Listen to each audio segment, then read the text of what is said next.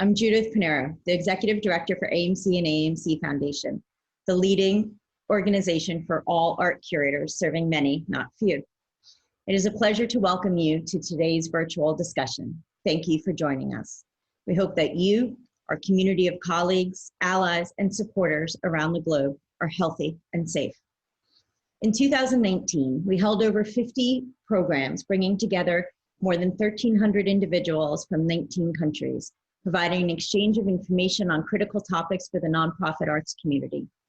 Since early March of this year, our work has continued to address ongoing issues in the visual arts organizations, as well as concerns rising from the current pandemic.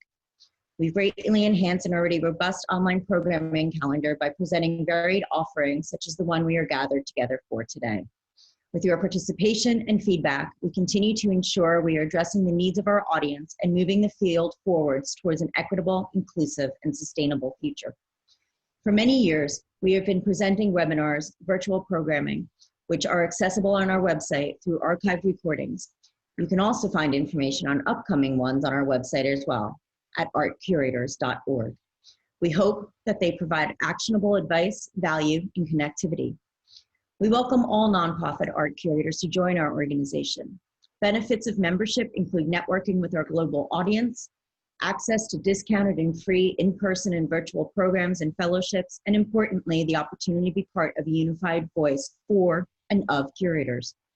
Additionally, our foundation serves the larger curatorial and arts community, and should you wish, donations are welcome from you as an individual, a corporation, and/or foundation. Any amount will have direct impact on our work. You can see options for donating on our site. Thank you, and I hope you enjoy the program.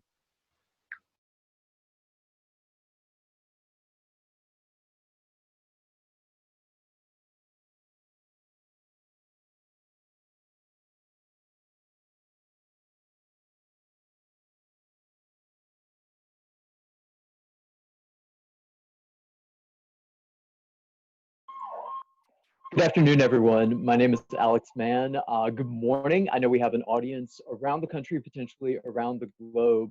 And I want to thank you all so much for joining us to be a part of this webinar today as we talk about remote and virtual internships and fellowships and how the museum community is responding to increasing demands and limitations on what we can do in our museums. And the audience is what we want to do and how to have a wider reach. I want to thank AAMC for making this possible, for creating a platform for us to have these conversations, and for helping me to bring together a terrific group of panelists to talk with us today. So I'm going to tell you really briefly who our panelists are. I'm going to give them a chance to introduce themselves a little bit.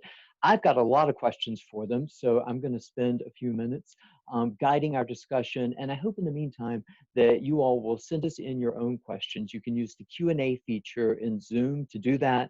We're going to be gathering your questions, and we'll spend the second half of our program addressing as many of those as we have time for today. So I'll be reading those and trying to feed those back out as best I can. Keep your questions concise and direct, and we should have a really exciting conversation for the next 75 minutes. I'm going to try to keep it tight to that in respect to the time for our speakers and to all of you, but this will be archived, and so you'll be able to access it later. So once again, thank you so much, and I'm going to tell you who our panelists are. We've got 4 people today. We've got Zoe Kahr, who is the Deputy Director of Curatorial and Planning at LACMA, the Los Angeles County Museum of Art. Her colleague, Deandra Lawson, who is a Curatorial Assistant at LACMA. Carol McFarland, who is a higher education diversity consultant for the Alliance of HBCU Museums and Galleries, and Terrence Washington, who is the program director at Next Haven Artist Residency Program in New Haven, Connecticut. So I want to ask each of our panelists, we're going to start with Zoe, to tell you a little bit more about themselves, about their work in the past with internships and fellowships, and really specifically, if your work has changed dramatically within the past few months. Tell us about that, and that should give us some great material for questions going forward. Zoe. Sure. Thank you, Alex, and thanks again to AAMC for organizing this panel. It's great to be here, and this is such an important topic. So my work at LACMA consists in overseeing the curatorial team and the exhibition program, and we have a number of different internship and fellowship opportunities that tend to live within those two teams. Very specifically, I've been closely connected with LACMA's partnership with Arizona State University, where we have together developed a master's degree program for our employees to enroll in while staying employed at LACMA. And I'll let Deandra speak more to that because she is a real life participant in the program and knows much more than I do. But that has kind of elements of distance learning as well as normal workplace interaction. And then I've also had the pleasure of hosting a LEAP fellow in my office, and the fellowship was scheduled to conclude June 30th. So it took place partly in person and then partly remotely. So I can speak a little bit about that as well. Hi, I just want to thank the AAMC and Judith and Alex and Monica for the invitation to be here, the other panelists, and of course our audience. I am curatorial assistant in LACMA's Wallace Annenberg Photography Department, and as Zoe mentioned, I am an inaugural recipient of the LACMA Arizona State University Master's Fellowship in Art History. I'm in the third and final year of my program. And my areas of specialization and research have brought me to 20th and 21st century photography, as well as contemporary African American and African diasporic artistic production. I think we'll go into more details about the program into the talk, but it is a 3 years master's degree program, which students earn their master's degree while they're working within an institution. So I think the idea behind the program is to sort of advance sort of scholarship, your academic scholarship, alongside on-site work experience.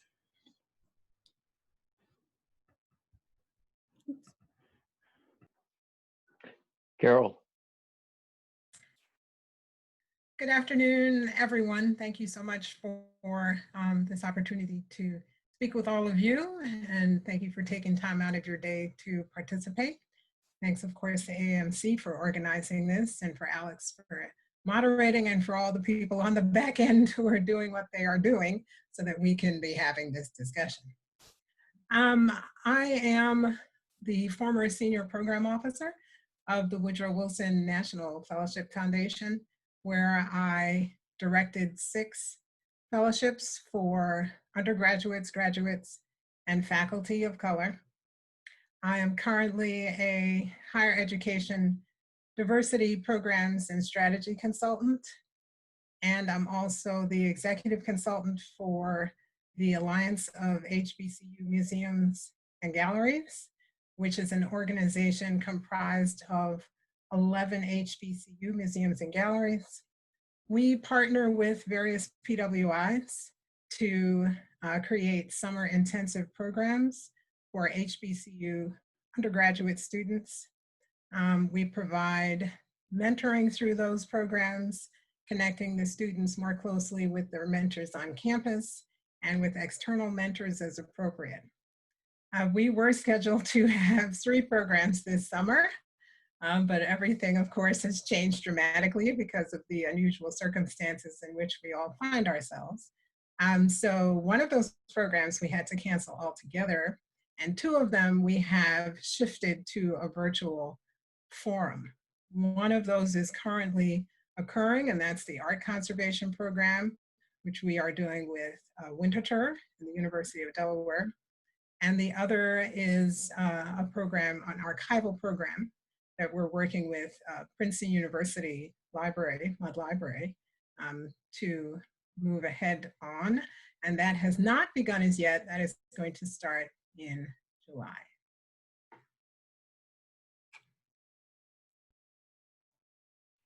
Hi, Terrence. I'm Terrence Washington. Grateful to be here. Thanks to Judith, Alex, Monica, AAMC, and everyone watching. This is going to be great. I just left the National Gallery of Art in May, and 3 weeks ago took on the position of program director at Next Haven, which is primarily an artist residency founded in part by the artist Titus Kaphar in the Dixwell neighborhood of New Haven, Connecticut. Dixwell is historically Black, historically working class, so it's important that we be here. We have 7 artist fellows who have rather large studios, and 2 curatorial fellows, and 8 apprentices. The apprentices are local public high school students in New Haven who work either as studio assistants with the artists or as sort of an assistant to the curatorial fellows. Sort of immediate ways that we were affected by the need to go virtual have been, the artists couldn't go into their studios for a while. Curatorial fellows couldn't get together. One of them has been stuck in New York. And the apprentices also could not come into the studios. And so we've had the apprentices working on solo projects. The artists were pushed to, once we could bring them into the studios, they've been pushed to virtual studio visits. And so dealing with that format has been very strange. And the curatorial fellows have been working mainly remotely. We've also extended the program for all of them. So it was running from January to December. This current group came in January, and we've pushed the end date to next May. So we've basically given them an entire new year.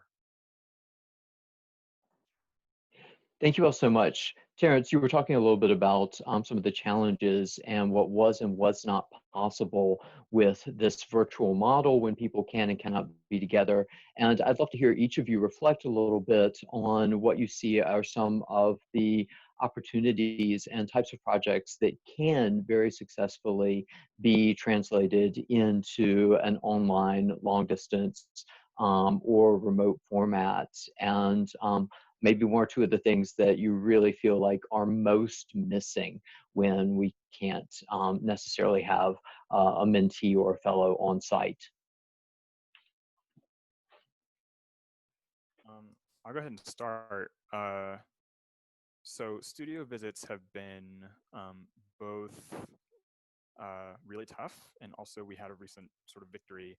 The studio visit, as many of you know, can be a really intimate, conversational, sort of substantial experience in the studio, close up to artworks with the artists, where you're working through things together, noticing things together, all sorts of things. I cried in one last week. It happens.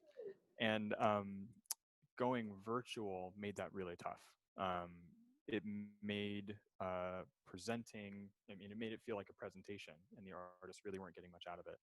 So what we did was we renewed our intention to have a sort of conversational format, and we scheduled it so that artists don't have to sit there for the whole 3 hours when somebody visits, and they just come in when it's their time, sort of like opening the door of their studio. And we did this last week for the first time, and it went really well. They were able to have a thorough conversation with our visitors. Follow-up has been great. So sort of did both things, good and bad, with studio visits. Terrence, how many visitors did you have? Last week we had 2 curators.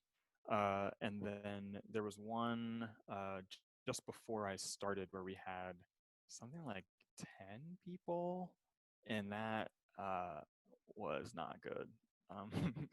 But so I think we're going to control the numbers a little bit, and also, be more intentional about scheduling the artists and just like giving room to conversation as much as we can.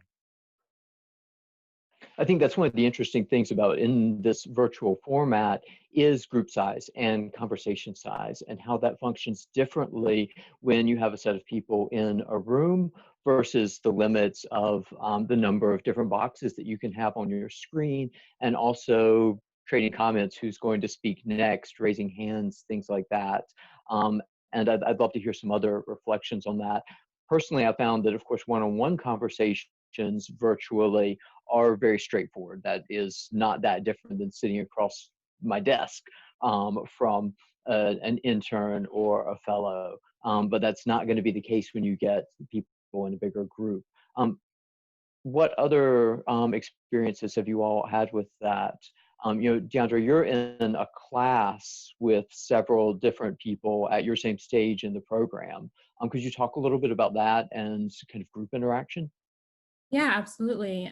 Our program is not an online degree. So in other words, lectures are not pre-recorded that we're listening into. The seminars that we're taking are all live, just like this is. So at Arizona State and within all of our seminar classrooms, there is technology, TVs, webcams, et cetera, that enable me from Los Angeles to participate in course discussion, content discussion with not only my cohort, my fellow colleagues in the program, but you know any ASU student who's in the class.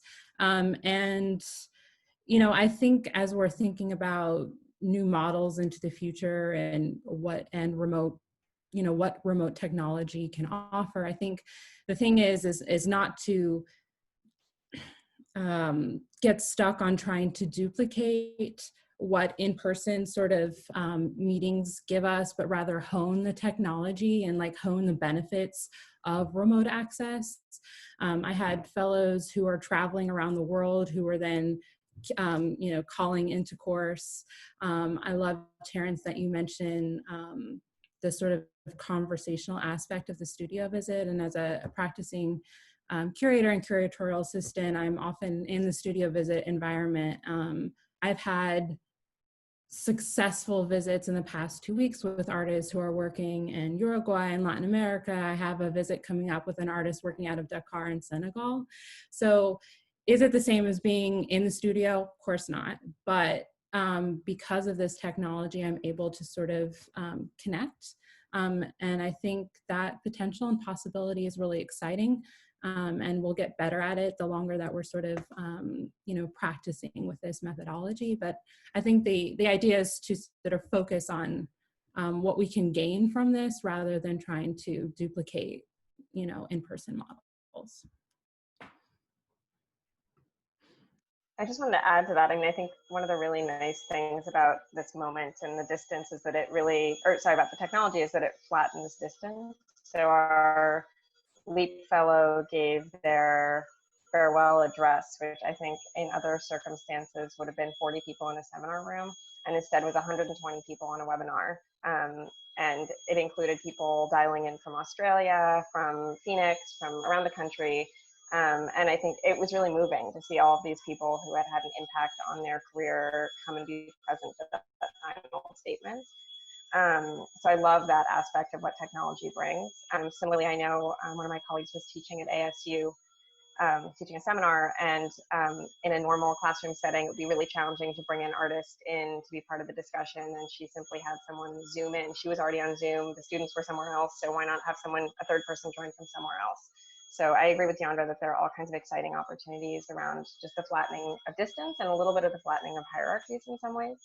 And then in terms of the specific experience of interns and fellows, I think it's been interesting to watch the, I think one of the things that has to change is how they're managed. I think that the practice of managing interns and fellows has to be much more intentional and structured than it would be in an office context, where you would run into them in the hallway and say, oh, did you get that? Or does that make sense? So there is a real rigor that I think I would love to hear an intern or fellow's point of view, but my guess in many cases is helpful in providing a little bit more structure. I've noticed our curatorial teams are being much more structured in terms of their approach to getting together. Departments that didn't tend to meet regularly are having regular meetings. People are much more available. And I think those two things can be really helpful for someone who is new to the curatorial department. I would just add, and thank you all for those insights. I agree. It is amazing to see how many more speakers we're able to include in the program, specifically for the conservation program. Those who are overseas who we normally would not have been able to hear from. The students are hearing from persons in Europe or in Africa, with whom we wanted them to connect, who they can now learn from through a presentation. So we're thrilled about that.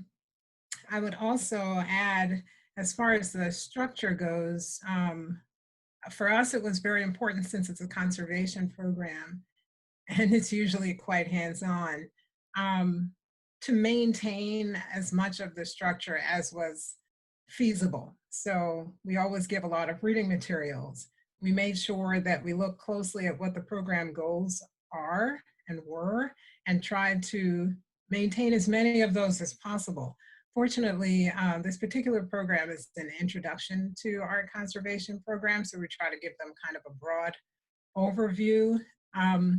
So I'm delighted with the ways that Nina, who's over at UDEL, is made this a hands-on experience for each of the students, although they're at home, by giving them a concrete project to work on, which she then helps to guide them through, and they're able to use some of the things that they're learning in the presentations to apply to working on that project at home. We also brought on a TA. So the TA is actually a young lady who participated in the same program a few summers ago and has gone on to do other internships, and is now actually one of the inaugural acceptees for the Getty Foundation program in conservation, which will start hopefully whenever it's able to start.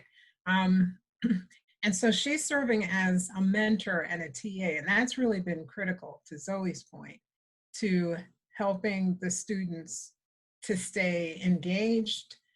She answers their questions offline. She speaks with each of them as needed. And she supplements what it is that they get in the synchronous sessions during the week. So it sounds like what I'm hearing from several of you is that the virtual model really benefits from structure, and internship programs may or may not previously have had that level of a syllabus. And so following up on that, I was wondering if you all could talk just a little bit about overall goals. And I think if we're just bringing an intern into an office and kind of introducing them to different aspects of a workplace as they happen, that doesn't really lend itself quite so much to a set of goals and outlines. And let's start with Terrence, because I know that you're working with high school students in which there might have been a structure before, and I'd love to hear about either how that's adapted and maybe how the goals as well have changed. Sure. One thing that is really important and crucial to our apprenticeship program is mentorship. And so Jay Kemp, the person who runs our apprenticeship program, he reaches teens straight up. Like he gets teens to tap into part of themselves that enables them to become leaders in their communities and their families. And so along with working with the artists, and they've all maintained their relationships with the artists, they work on an independent project. And so Jay has been supervising those independent projects. He had them do, his version of Shark Tank a little while ago, and they're going to do another one. And in their practices, they've already been improving because presentation skills aren't things that are simply virtual or simply, useful in person or honable in person. And so, he's already seen improvement in their presentation skills, their confidence in public speaking, that kind of thing. And then last week, I was on a call with the leader of a local, specifically African-American branch, as in specifically sort of focused on African-American history and culture, branch of the New Haven Public Library, who was listening to a presentation from one of our apprentices who wants to show his artwork there. And he's going to do it, and it's going to be great. And I was watching the presentation, we just let him run it, and he handled it very well.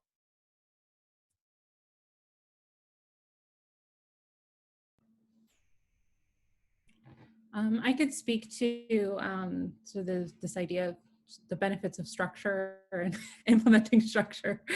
I mean, I think obviously it's going to vary according to, the level at which, a high school or an undergraduate, a graduate, or a postdoctoral level fellow is going to need different levels of structure. But with that said, I mean, goals, I think, should be set at the beginning of fellowships, and the kind of goals that are not only project-based, but also, what are we sort of trying to achieve with this fellowship, with this experience? How are we both mutually, not only supervisors or mentors benefiting, but how are we going to create a dynamic that is mutually where we can both learn between a mentor and a mentee, et cetera, and particularly in fellowships that are designed to sort of increase pipelines and access for communities of underrepresented groups in museums. I mean, this is essential to be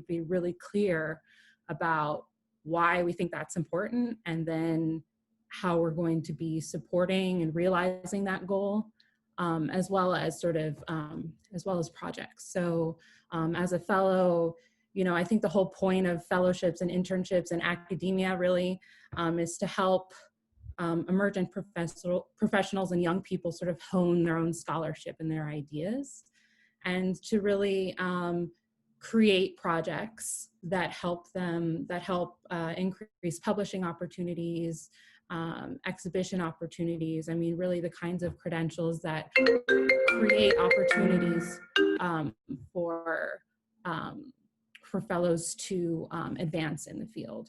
So I think being really clear on goals on many levels is essential at the offset. Zoe, you mentioned LEAP earlier, and I was wondering if you could circle back and explain to us what that is, and how that's playing into the programs that you're coordinating. Sure. So LEAP, which stands for the LACMA Emerging Arts Professionals, is one of several programs that LACMA has that are specifically geared at increasing diversity in staffing across museums. So we are part of a consortium of museums around the Mellon Undergraduate Curatorial Fellowship, which has also been pretty significantly impacted by this time at home, and I can come back to that. And then the LEAP Fellowship was a 2-year program that was specifically funded by the Ford Foundation and Art Bridges. And we were part of a national consortium, and museums were each given the opportunity to really structure how they wanted to use the funding, with the broad goal being diversifying staff in museums. So for LACMA, we were interested in exploring the notion of a gap year, in part in reaction to how the Mellon undergraduate program had operated, where students would get to the end of the Mellon undergraduate program and many didn't want to go directly into graduate school. They wanted to spend a year exploring museums and really feeling confident before they went to grad school that this was the right choice for them. So we wanted to give people a chance to get to know the museum really thoroughly, and also provide a lot of exposure to different leaders within our institution, a lot of mentorship opportunities. So it was structured in a way that fellows rotated between departments over this period of time. And there was a coordinator who oversaw that rotating process. The fellow who just finished, I think, went through 6 or 7 different departments over a 2-year period, everything from art preparation and installation to the director's office to learning how to build budgets in the exhibitions department. So real range.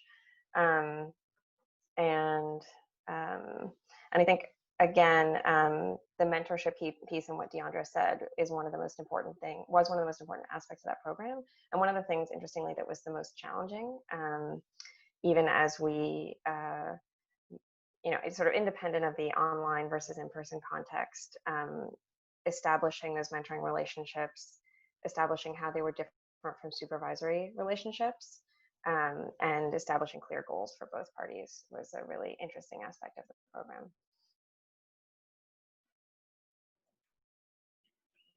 Thanks, Zoe. And as you are talking about the idea of expanding diversity and reaching broader demographics, I'm really interested in the role of partnerships as a structural model for pairing some of the interns and mentees and fellows with your different institutions. Terrence, you obviously have some direct and explicit partnerships with schools in your area, and y'all spoke earlier, Deandra and Zoe, about the relationship already between Arizona State and LACMA. Carol, could you talk a little bit more broadly about partnerships? Because I think you're in the position of creating some of those, and some of the advantages or disadvantages, whether these are one-to-one or through groups of institutions. I'm interested to hear. Sure. And I'm a strong advocate for partnerships of all varieties, one-to-one work, as well as consortium to consortium or group to group. But the most important thing about the partnership, of course, is that you both share a common goal. I think once that's clarified, then you're able to move on from there. So the Alliance, for example, is relatively new. It's an organization that just became a 501c3 in 2016. And at that time, since our goal is to diversify the art realm, specifically in the areas of cultural heritage, looking even more specifically at art conservation and archives and, of course, museums as well. I brought together different organizations for a discussion about diversity, since those were the ones who were expressing an interest in it. So we brought together all the art conservation schools, there are only 4, Yale, the different foundations that were interested in having the discussion and participating. We all came together to talk.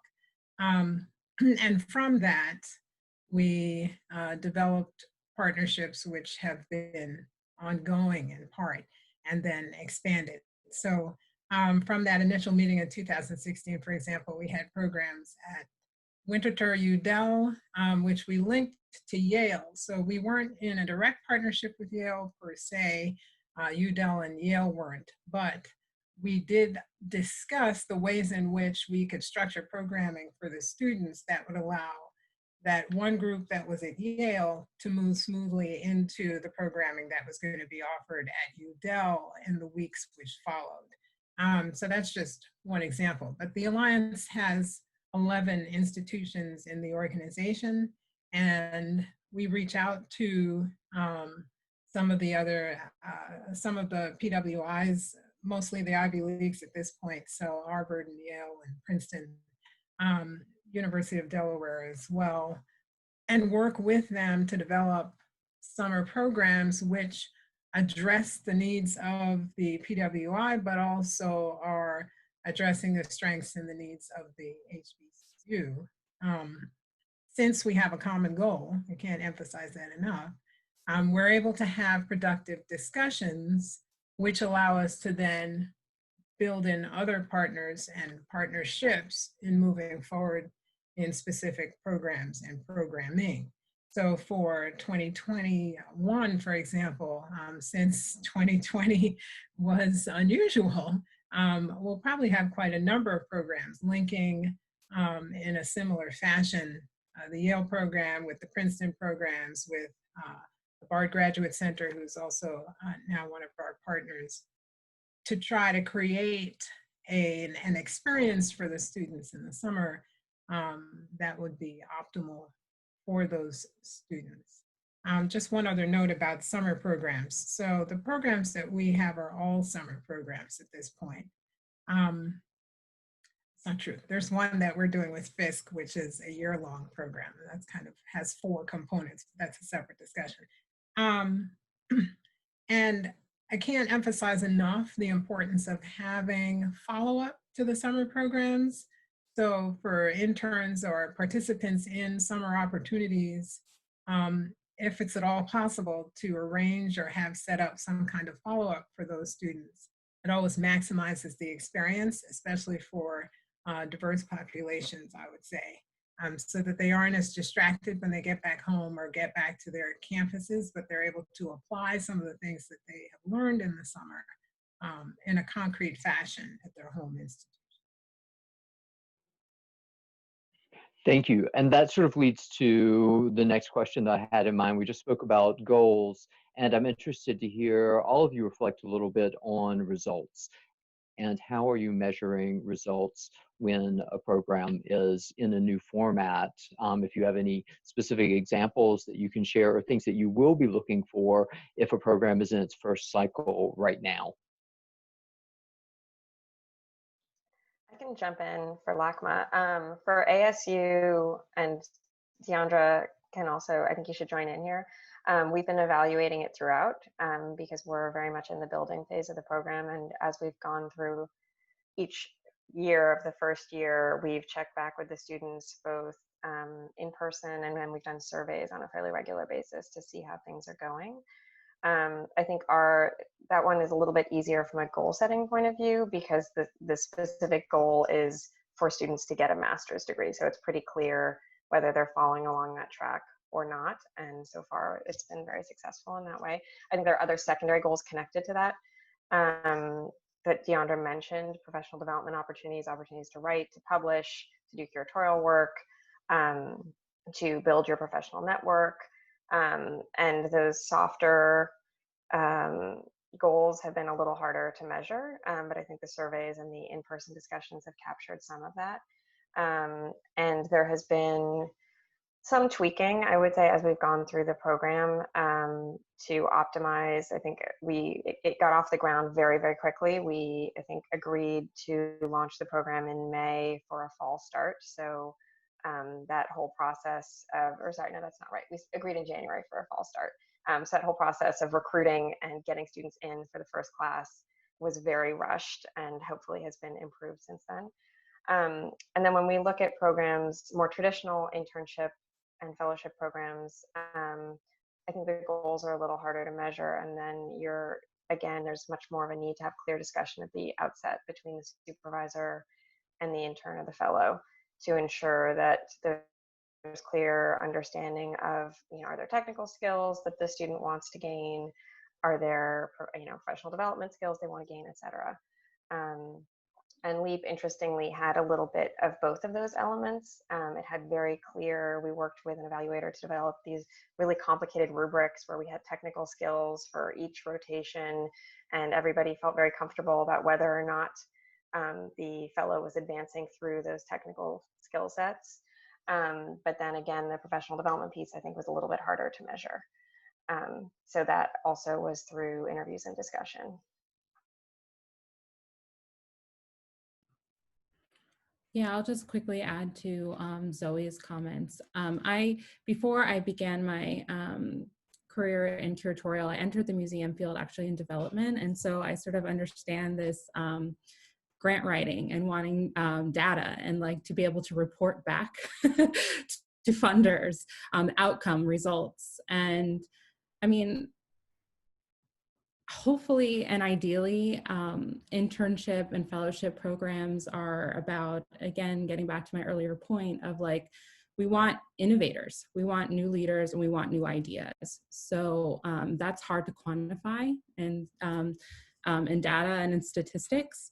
But like, we want to create opportunities where folks can explore, experiment, test, and innovate. Because the programs that we're talking about are for emergent professionals, and we want to, I hope,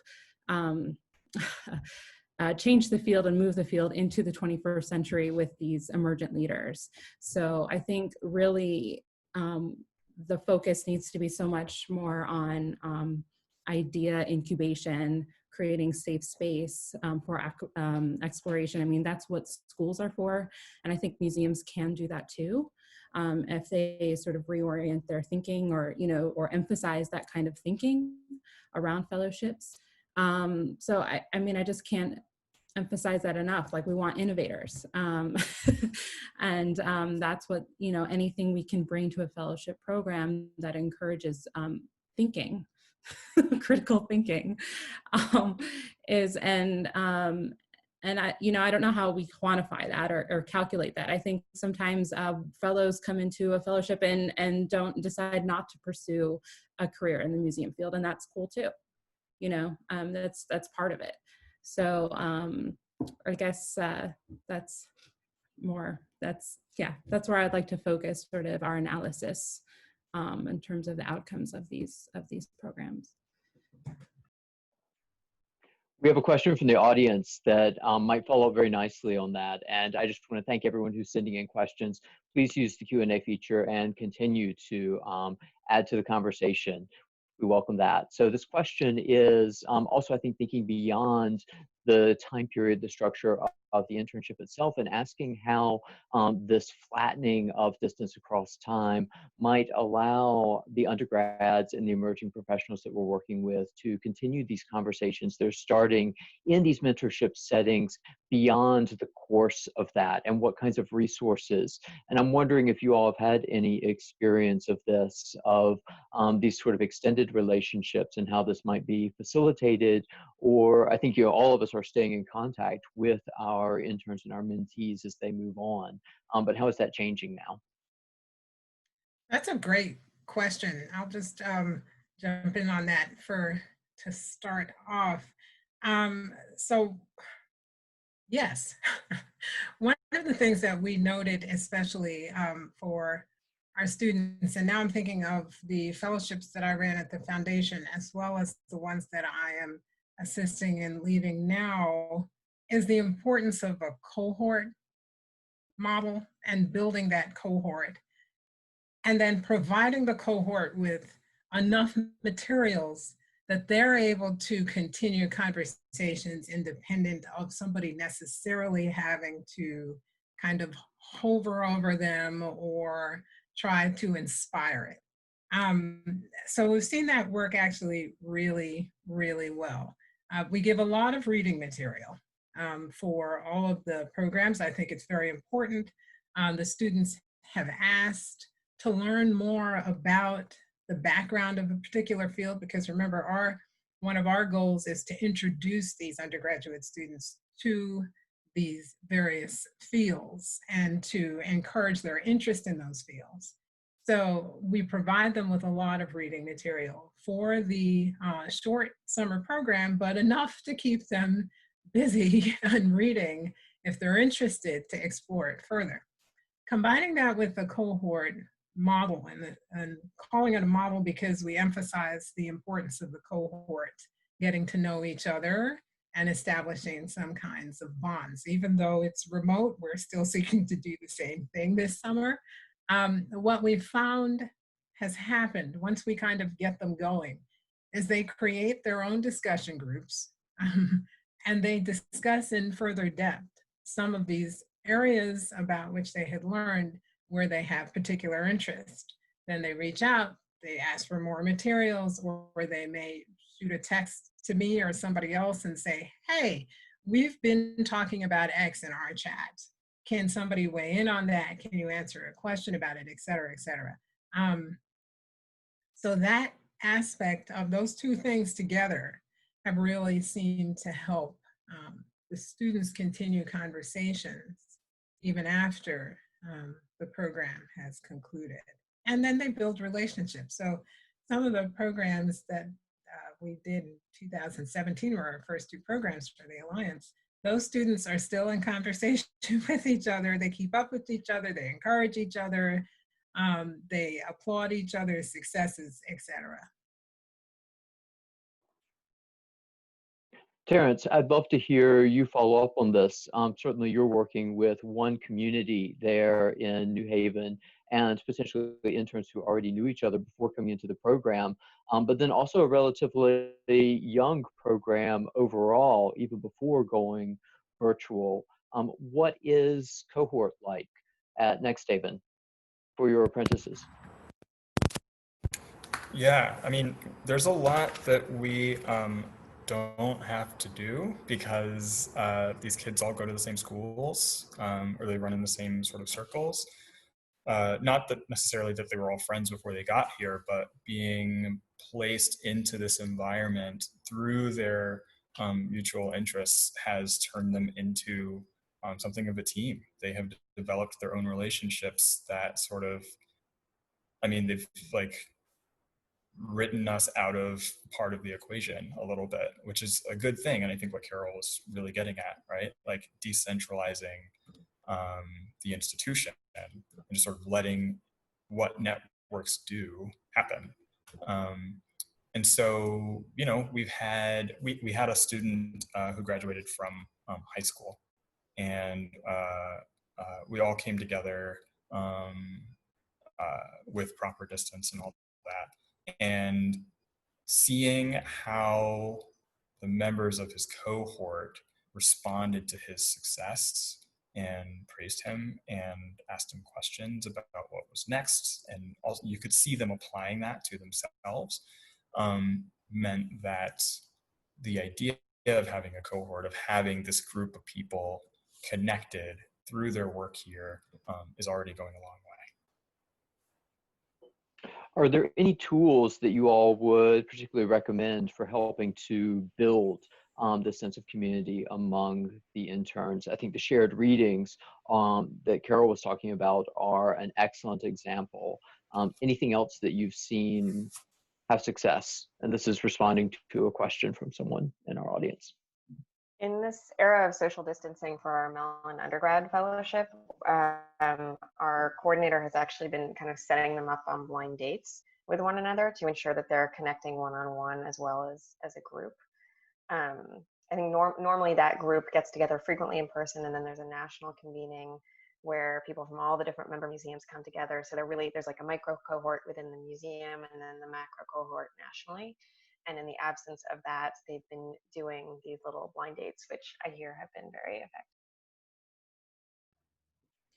I just wanted to add that certainly, you know, because I'm sort of doing my coursework remotely, that having the cohort of my fellow fellows has been a really essential to just to have that support network of others who are going through you know, the same kinds of experiences that you are. Not only that, the ASU faculty has been extremely supportive. The librarians at the university have literally been shipping us books in this moment of pandemic. Mentors, we didn't get to this, but there's a mentorship a mentorship program affiliated with the program. Someone who's not affiliated specifically with either the museum or the university, but like, if you will, like a third party who's in a related field, who is also there to give professional advice or just be a support system. So I think that's crucial.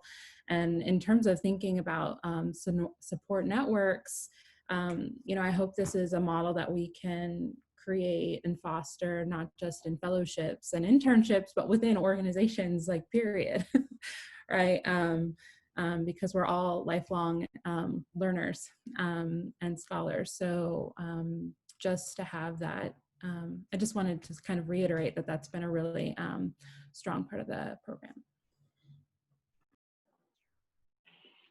Shifting direction a little bit, we have had two questions regarding paid and unpaid internships, and the question of how, as museums, can we continue to be socially responsible by advocating for and providing opportunities for paid internships when the models and the structure for that are changing. And I'm wondering specifically if this is something that has come up at LACMA, because I think, or Carol, with any of the institutions that you have worked with, and what's next for that aspect of giving access to these opportunities when finances are critical. I think for LACMA, there's been a real shift. I've been at LACMA 10 years, and when I started, there were far more unpaid internships. And I think there's been a real shift in the museum field, and very specifically at LACMA, about the ethics of unpaid internships. And it's something we've really been moving away from. So we have very consciously been raising money from foundations, from corporate entities, from individuals in order to fund paid opportunities. Kind of a mix. I would say we're doing fewer paid summer internships, although I know we're in the midst of a negotiation with a corporate funder for that.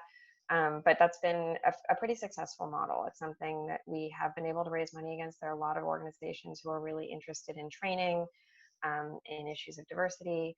So it's been something we've been able to do, and something really important. I think the unpaid internship model is really problematic. Agreed. Thank you so much, Zoe. We don't actually offer any unpaid internships. We just don't think that's right.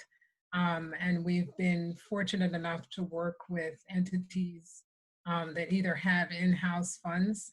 That's the beauty of working with some of the Ivy Leagues, or going to foundations, as Zoe pointed out, and writing proposals that allow the students to be paid. Even though some of our programs are only a week, that's still a week of their time when they could be working. And many of our students, we are only working with diverse students, have to work. They don't have an option of not working. Some of them are supporting families, their own families, their parents need this supplement, or their brothers and sisters, or what have you. So taking a week out of work for them is not, it's not an option. So we try to make sure that all of the programs we offer provide funding for the students to respect their time and be aware and conscious of their economic situation. We have another oh, go ahead, Deandra. I just wanted to quickly add that sort of these remote models of internships and fellowships can also circumvent the requirement for students to have to relocate or commute. And so that's a good model to sort of, you know, widen opportunity and access. I had a thought too that often when we talk about paid internships, we talk about raising money and needing to create new pools of money for these things. When, let's say, the next 2 years, museums are going to be focusing on their own collections. So what money are you saving when curators aren't traveling to the same amount? Or, you know, now we're in a situation where we're all getting used to virtual format for presentations. How many public programs do we really need our speakers to be there in person for? Where can we find other ways of funding what we decide is important? I mean, in a time when more and more major museums have unions sort of bubbling up sort of within them, I think we're going to get to a point where the question of like, can we be who we've always been and also pay people what they should be paid, needs to be changed to how do we prioritize paying people, and what do we need to do to change to make sure that happens, because that's what we value. We have another question that might follow up on this very effectively, and I think that is recognizing that the museum field is not a lucrative field, and particularly in this moment when museums are facing furloughs and layoffs and serious financial challenges. Have any of you had to have conversations about the future of this profession with some of your interns and fellows and address these longer term questions? I would say there's been a kind of baseline level of anxiety at LACMA. And we've been very fortunate. We have not had any furloughs or layoffs. And to Terrence's point, I think that's because our focus has been actually on retaining our existing staff. That's been our top priority during this period. And I think has been, if you look at how LACMA experienced the 2008 crisis, it was very similar. The priority is staff. So we're really fortunate we haven't had to have conversations about some people are getting laid off and others aren't, and why. But I think there has been a lot of discussion around uncertainties in the field and you know, how best to deal with those uncertainties, for lack of a better word. Just that it's a kind of scary time for everyone in the field, and it's important to be transparent about.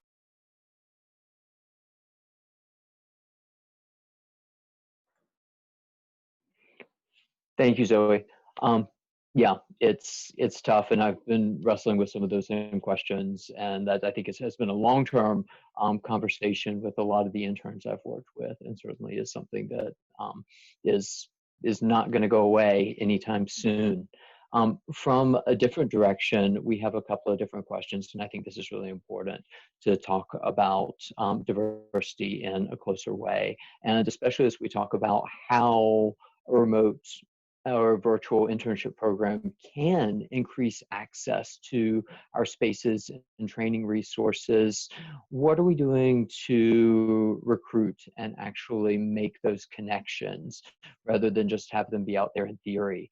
Do you all have any suggestions or models for actually implementing that?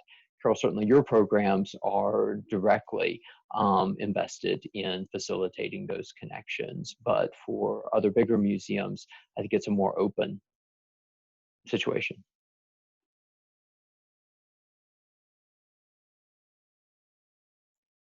I think for us, it's been a long progress towards building relationships. All recruiting is ultimately about building relationships with people who can help you find the right applicants. So the Mellon undergraduate program, fortunately, was totally localized, so those were much easier relationships to build. There's a finite number of art history and fine art programs in the city of Los Angeles, or greater Los Angeles, and it takes a finite amount of time to build relationships with every single one of them and make sure that the faculty know about the program. I think it's much harder for the LEAP Fellowship in recruiting. We were looking at a national level. So we actually lean very heavily on that Mellon network, both within LA and through our partner institutions across the country. So that's been a really interesting, and we've used that network also to hire. So it's been a really valuable network, but it's a conversation that keeps coming up again and again at LACMA. How do we broaden our network? How do we make sure we're capturing a broader array of applicants and that people know about the jobs we're posting? So I welcome suggestions to improve.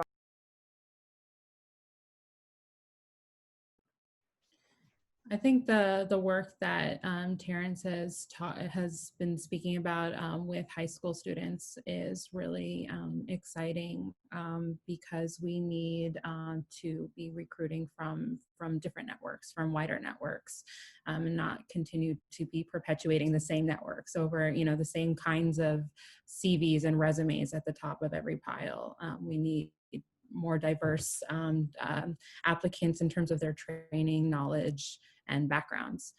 So I think the more that we can bring opportunities to younger people like sooner in communities, particularly where they're underserved, that hopefully the long run scheme of things, we will create more, we will widen the network or our networks, our hiring networks. I agree, Deandra, thank you. You're referring to pipelines, which I know that's what Terrence is working on, particularly with high school students, and early exposure, of course, is critical. I just wanted to add, and I appreciate Zoe's referencing the network that she draws from. That's also important in the importance of relationships with different organizations and entities, et cetera. But I do want to say something just kind of on the other side of that, as far as diversifying a particular organization. I think it's really important. Obviously I'm a consultant, so I work with museums also on their diversity pictures, independent of the Alliance. And when I have conversations with museum directors, et cetera, about diversity, I always emphasize, and so I will emphasize here, the importance of knowing what your culture is like in your own museum. What is the climate like? Would it be a place where diverse staff or other would feel comfortable?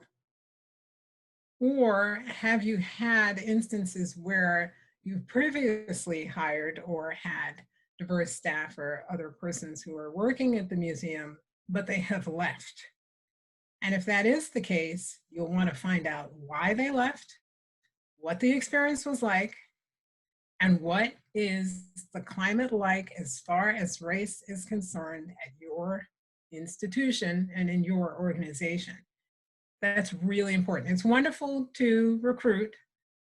There are tons and tons of diverse applicants. That is not an issue, who are very well qualified and can do a variety of things. That seems to me to be obvious. But what is the climate like in your organization?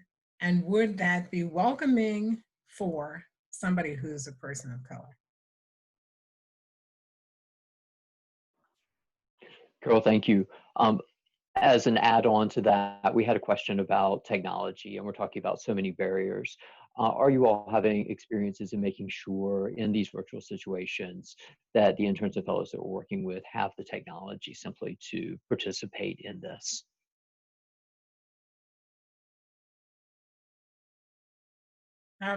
We are.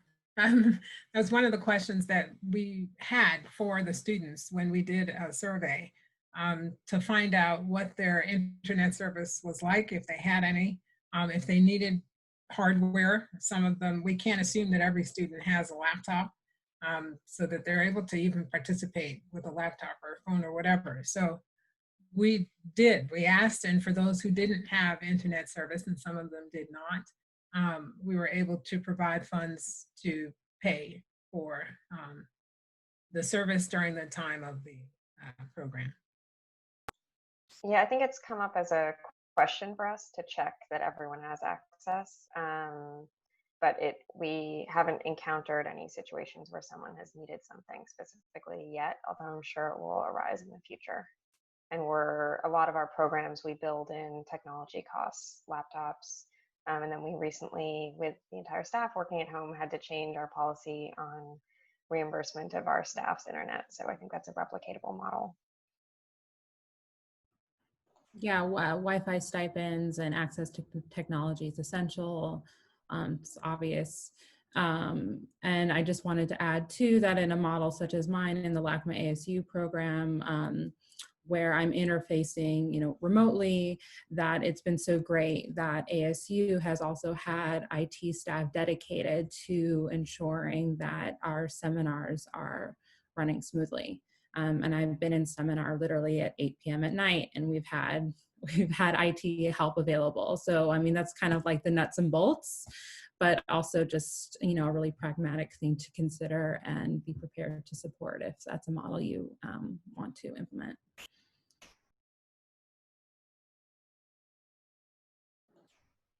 Terrence, has that come up with your students as well? Ours have been okay so far. And, we sort of use different ways of getting in touch with them. Like Jay, the guy who runs it, he'll call people.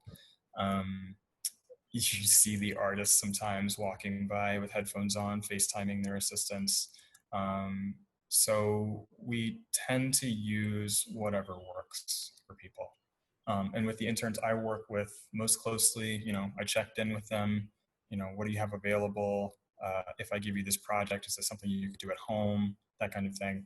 And so we've been sort of, when we haven't been able to just like do it in a really informal way, we have tailored the work to what is available offsite.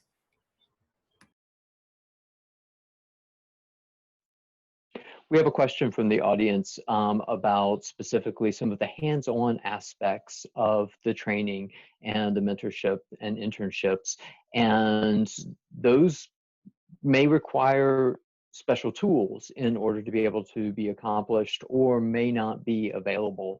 And Carol, specifically thinking about something like conservation or archives that could really have these behind the scenes and how do you translate some of those, or what are some tools that you've seen the faculty and the curators utilize, the conservators, to make this happen? A great question. And that's exactly the question that we had when we were discussing how on earth are we going to make this virtual? It's a conservation program. So what we decided on, the Conservators came up with a modest list of items that the students needed to purchase, for which we provided them the funds. So they have those items at home. And we also decided on an ongoing practical project called the Flower Pot Project for the Conservators who are on the line. I'm sure you're all familiar with this. So the students had to buy a flower pot. They had to carefully break it using the instructions that they were given on how to break that flower pot. But then what that does is it gives them pieces, and they can use those pieces to try to put the flower pot back together using the tools that they purchased, following the instructions that they've been given, implementing the things that they're learning in the synchronous sessions during the week.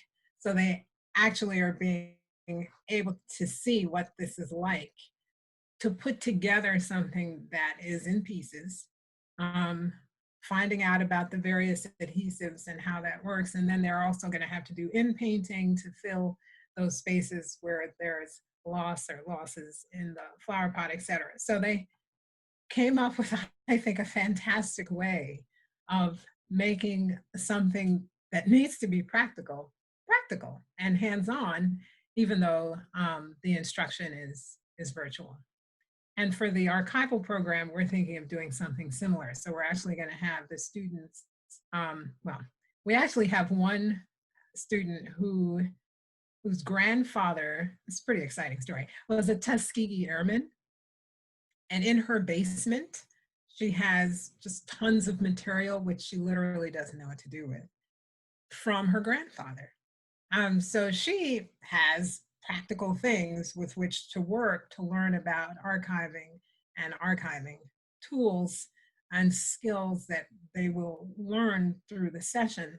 Other students will also suggest that they look for something that is precious to them. We'll say a photograph, newspaper clipping, etc. So in both cases, we're trying to see the ways in which we can make hands-on as much as possible the experience, though it's also still virtual.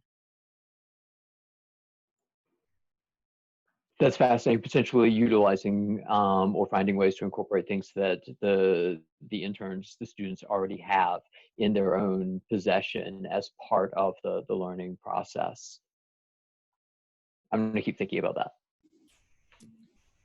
I've met with artists recently, photo-based artists who are using sort of, I mean, artists, you know, again, innovation, using, you know, the light from their laptop screens to make exposures. I mean, I think, again, the idea is not to replicate but to innovate. You know, what can we hone and make use of in our present condition? So that was inspiring to me.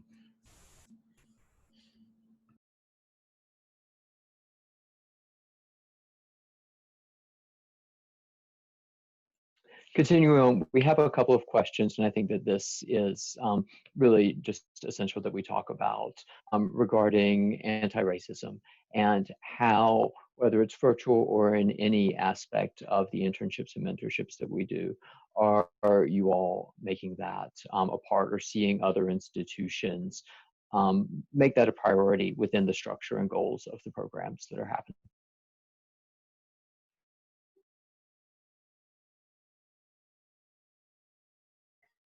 I would say we. Oh, I'm so sorry. Oh, sorry. No, go ahead.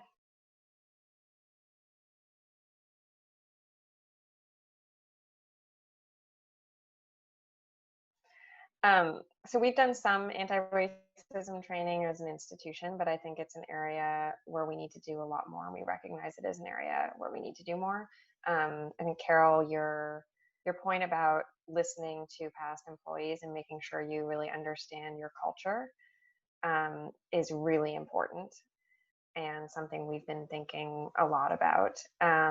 So I would identify that for us as an area of opportunity for growth, frankly, if I'm being honest, and not, you know, it's not built, it's not embedded in our current internship programs in the way that I think it probably should be.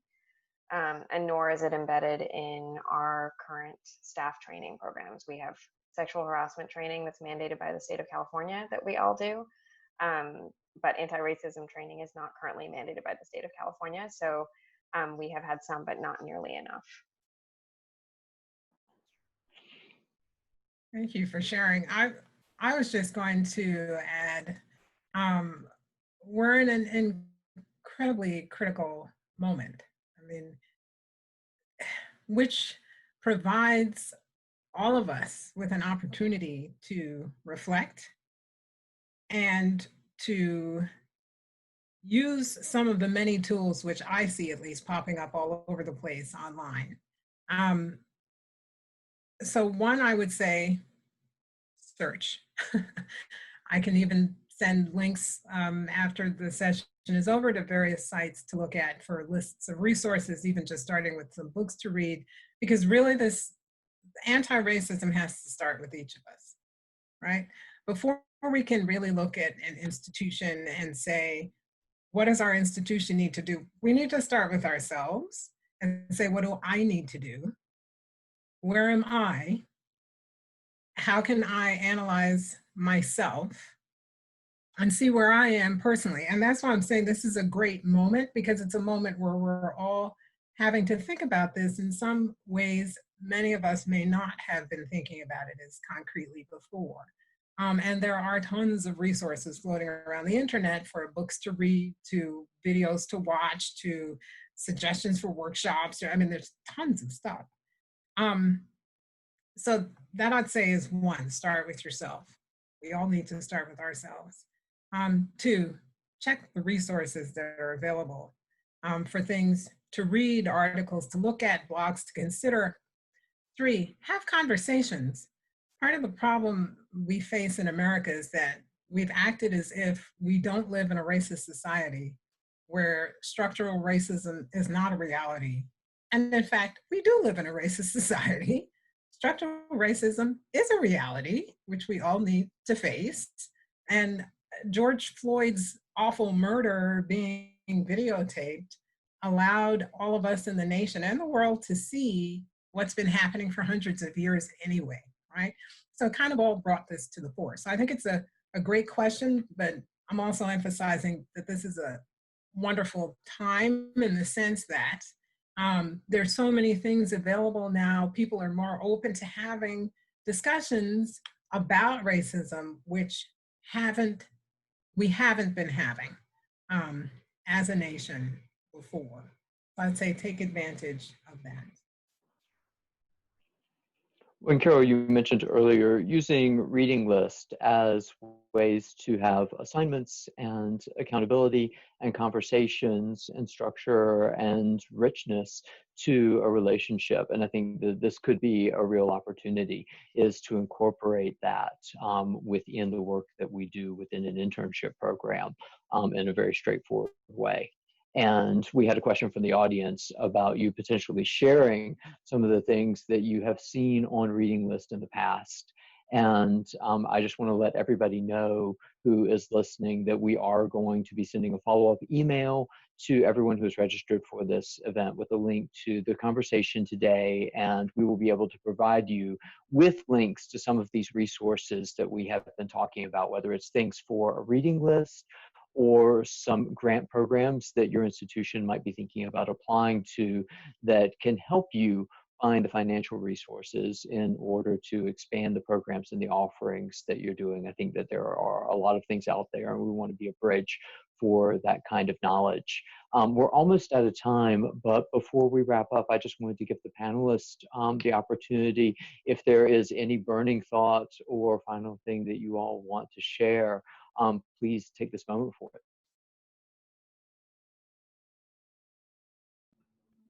One thought I had was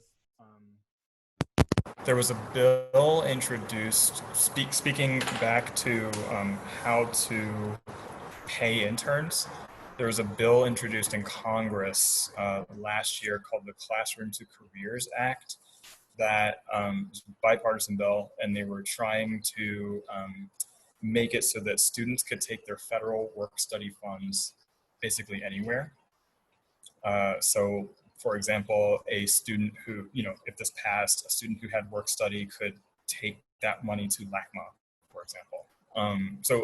that's one example of places where you can find money that's out there and bend it to your ends. Of course, like there would be, this bill has to pass. Right now it's in committee, but that kind of thing exists in various places.